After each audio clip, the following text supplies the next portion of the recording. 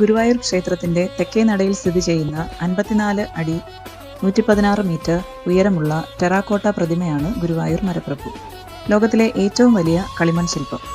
കേരളത്തിലെ പ്രമുഖ ടെറാക്കോട്ട കലാകാരൻ PV രാമചന്ദ്രനാണ് ഈ ശില്പം രൂപകൽപ്പന ചെയ്തത്. മുഖ്യശില്പി കൃഷ്ണൻ പാലൂർ ആയിരുന്നു.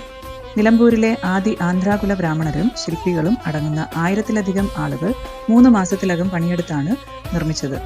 6500 ഇഷ്ടികകൾക്കുള്ളിൽ കളിമണ്ണ് ചാലിച്ചൊഴിച്ച് 108 തരം പച്ചമരുന്നുകളും വിവിധ തരം ചന്ദ്രകാന്ത കല്ലുകളും സാളഗ്രാമങ്ങളും ചേർത്താണ് നിർമ്മിതി.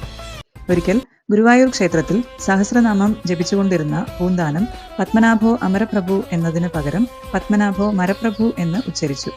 ഇത് കേട്ട് മേൽപ്പത്തൂർ പരമഭക്തനായ പൂന്താനത്തിനെ കളിയാക്കി. ഈ സമയം അമരപ്രഭുവും മരപ്രഭുവും ഞാൻ തന്നെ എന്ന് ശ്രീകോവിലിൽ നിന്നും അശരീരി ഉണ്ടായതായാണ് ഐതിഹ്യം.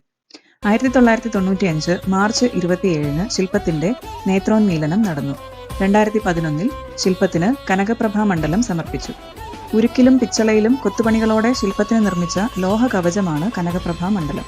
മരപ്രഭുവിന്റെ മൂലമന്ത്രം ബ്രാഹ്മി ലിപിയിൽ കൊത്തിവെച്ചു.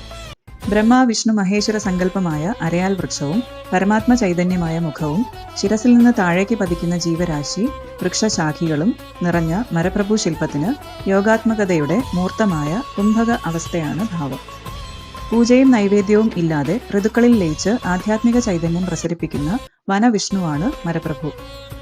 സർവ്വദുരിതമുക്തിക്ക് ഏറ്റവും ഉത്തമ മാർഗമാണ് ഗുരുവായൂരിലെ മരപ്രഭു ദർശനമെന്ന് വിശ്വാസം.